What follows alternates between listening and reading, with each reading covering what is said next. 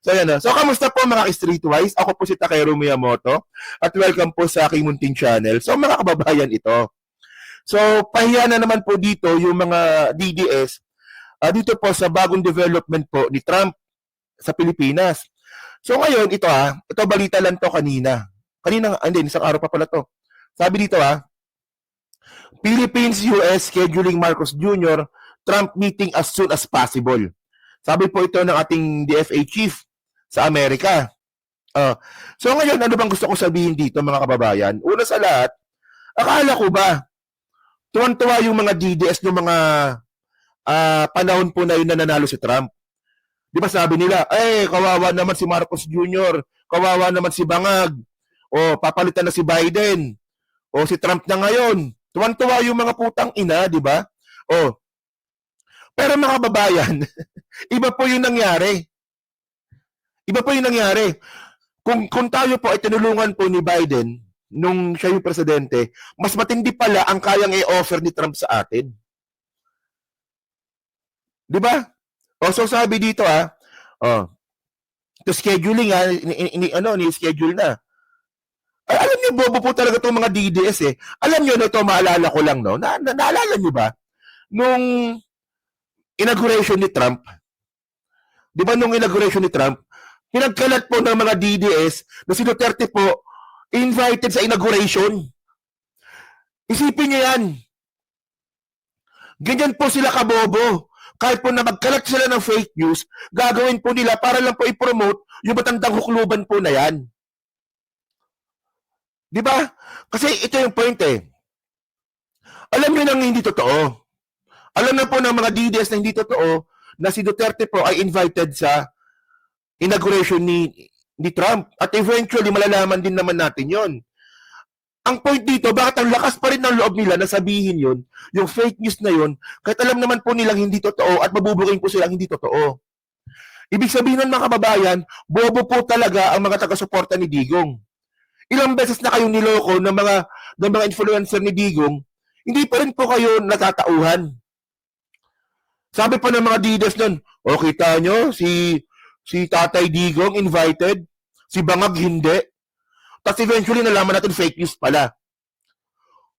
Tapos yung mga Duterte fanatics, hindi ba nilang kayo nagtanong? Akala ko ba invited? Akala ko ba invited si Digong? Kasi mga kababayan, pag kunwari ako, nagsalita ako ng ganun, ay si PBBM invited. Di ba? Pag hindi po siya nangyari, tatanungin niyo ako Di ba tatanungin niyo ako, Takeru, akala ko ba invited si PBBM? Hindi naman pala. So doon po natin makikita na ganun po kabobo, ganun po katanga itong mga taga-suporta ni Digong. Maniniwala sila at nununukin na lang po nila mga sinasabi ng mga influencer nila basta suportahan lang nila si Digong. Ang bobo talaga, men. Ang bobo. Ngayon, mga kababayan, ito. Sabi dito, the Philippines and the United States are working to set up a meeting between President Ferdinand Marcos Jr. and Donald Trump as soon as possible. Foreign Affairs Secretary Enrique Manalo said on Saturday. We're looking at hopefully as soon as possible. Manalo told reporters in a chance interview when asked about when Marcos Jr. is scheduled to meet the leader of the Philippines traditional ally. Di ba? So wala pa namang specific dates pero malapit na po ito.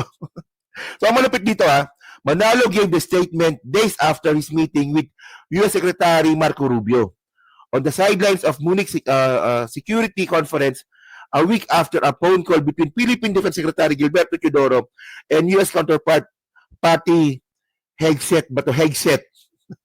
So si Marco Rubio pala. Di ba? So malupit pala to. And actually mga kababayan, ito pang malupit. Dito po talaga iiyak lalo ang mga DDS.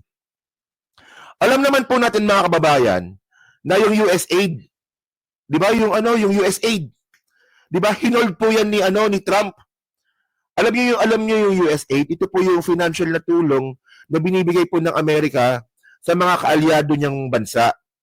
Hindi lang sa kaalyadong bansa, basta pag kailangan mo ng tulong, we will give you financial support. Ganun po yung USAID. So, nung si Trump po yung naging presidente ng Amerika, tinigil niya po yan. Pero eventually, nagkaroon po siya ng exceptions. So I think yung Egypt ata exempted, yung Israel exempted. At ang malupit dito mga kababayan, ang Pilipinas po, posible rin po ma-exempt. So nakita ko to sa Philippine News Agency di ba? Philippine Ambassador to the US, Jose Manuel Romualdez says, the Philippines is pleased with the Trump administration's reported decision to exempt some USD $333 million for the modernization of Philippine security forces in its foreign aid freeze. O mga kababayan, ito nga pala, pakita ko pala muna. Ito pala yun. O yan.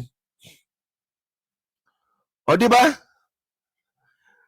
So ngayon, yung US aid po ng Amerika is naka-freeze po sa ibang bansa pero po sa Pilipinas, pagdating po sa military modernization, kasama pa rin po tayo. So ibig sabihin nun mga ka-streetwise, di ba? Mali po ang sinasabi ng mga Duterte fanatics about po kay Trump. At ito pa, meron pa yun dito. Ito yung magandang example dito eh. Yung sinabi po ni Bakla, ni Harry Roque. Nalala nyo to, di ba? Sa Harry Roque may sabi nito eh. O sabi ni Harry Roque dito. Ang desisyon ni President-elect Donald Trump na imbitahan si Chinese President Xi Jinping sa kanyang inauguration ay nagbigay ng malinaw na mensahe willing siyang magpatuloy ng mas malapit na ugnayan sa China. Kita mo, di ba? Fake news ka dito, Bakla. Hanggang ngayon, hindi mo pa rin binuburat ang post na to. Di ba sinasabi ko sa inyo mga kababayan eh? Wala silang pakialam kahit magkalat sila ng fake news. Di ba sa kabila nito, hindi ito ginawa para kay President Marcos kaya isang senyales na hindi siya gaano mahalaga kay Trump. Bakla kaya ka ba mahuhuli? Di ba? Walang yan to, no? Tago na nga ng tago, nakakalat pa rin ng fake news. Ngayon mga kababayan, malinaw po lahat, di ba po, na hindi po totoo yung sinasabi po ng mga DDS. So ngayon, ano nangyari ngayon? Ano nangyari? Mali po. Actually, sobrang nilang fake news Naalala nyo ng 2022? Press 1 nga dyan naalala nyo ba? Nung 2022? Sabi ng mga DDS, especially itong si SAS Rugando Sopot, na sabi niya, the America is preparing the theater. Sa pagpasok ng EDCA, magkakaroon na po ng gera. Sinabi ni sinabi ni SAS Rugando Sopot yun 2022 magkakagera na daw, sabi ni SAS Rugando Sopot. Putang ina, 2025 na, hindi pa rin nakakagera. So ang point dito, pati po China narrative po kasi, pinagkakalat po talaga ng mga buhakan ng inang mga DDS na yan para takutin ang mga tao. Nasaan na SAS yung gera? Girahin kaya kita. Ikaw kuya girahin ko. Yung nga lang, mukha ka ng lalaki eh. Dati ganda ni SAS no? Mukhang babae. Ngayon mukha ng lalaki talaga. Malamang yung wala nang pambili siguro ng Kasi sa China na nakatira eh. Baka yung iniinom niya sigurong pill. Estrogen ba yon? Estrogen pill. Baka made in China. Kaya hindi na ako ma-epekto. Crush mo si Alan Toy. Di ba? Ngayon mukha na siyang lalaki ngayon. So ngayon mga kababayan, ito yung malupit dito. Sabi ngayon dito okay, ba't natanggal? Ito sabi dito. Panoorin niyo to. Michael Rubio. With regards to stability. If the Chinese are in fact serious about stabilizing U.S.-China relations and finding avenues of which we can be cooperative and avoid conflict, then they will not do anything rash or irrational when it comes to Taiwan or the Philippines for that matter.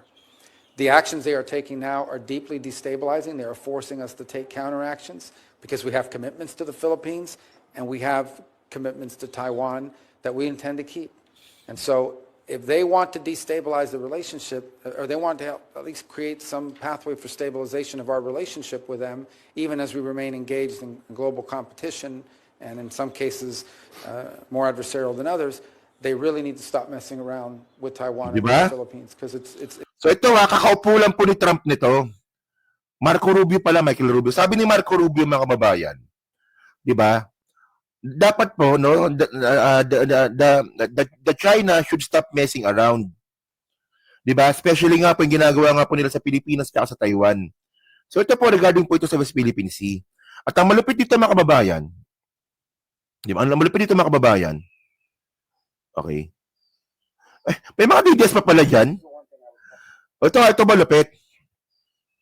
February 4, 2025, Philippines-US hold joint air patrol over South China Sea. Angering China. Ayan, February lang to, ha. Mga kababayan, alam nyo, no, natawa ko sa sinabi ni Philip Salvador. Alam niyo sinabi ni Philip Salvador? Di ba? Sabi ni Philip Salvador, mukhang tanga eh. Sabi niya, hindi ko talaga alam. Sabi niya, hindi ko talaga alam kung bakit nila sinisisi ang nangyayari sa West Philippine Sea kay Tatay Digong.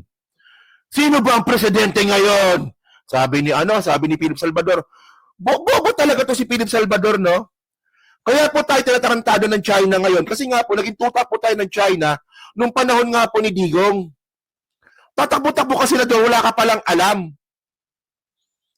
Di ba? Ang presidente ng Pilipinas ngayon ang dapat nangangalaga sa West Philippine Sea. Hindi si Tatay Digong. Bobo talaga ni Philip Salvador. Patalino pa ako sa iyo eh. Takbo-takbo kasi na doon, ang bobo-bobo mo, matalino pa ako sa iyo. Walang yan. So ngayon, mga babayan, ito Ito February lang to. Philippine-US holds air patrol over South China Sea. So, ibig sabihin ng mga kababayan, hindi po talaga totoo yung sinasabi ng mga DDS. Kailan ba nagsabi ng totoo ang mga DDS, Aber? Actually, ako sumusobra na kayong mga bobong mga DDS talaga, no? Sa lahat po ng pinagkalat po ng mga DDS, ni isa wala po akong nakitang totoo. Di ba? Si PBBM bangag, si PBBM daw po merong orgy session sa Malacanang, pulburon video, si Lisa Marcos daw po ay protector ng illegal mining. Lahat na lang, si Lisa Marcos daw po yung presidente ng Pilipinas. Lahat na lang sinabi ninyo. Walang totoo. Wala na kayong sinabing totoo.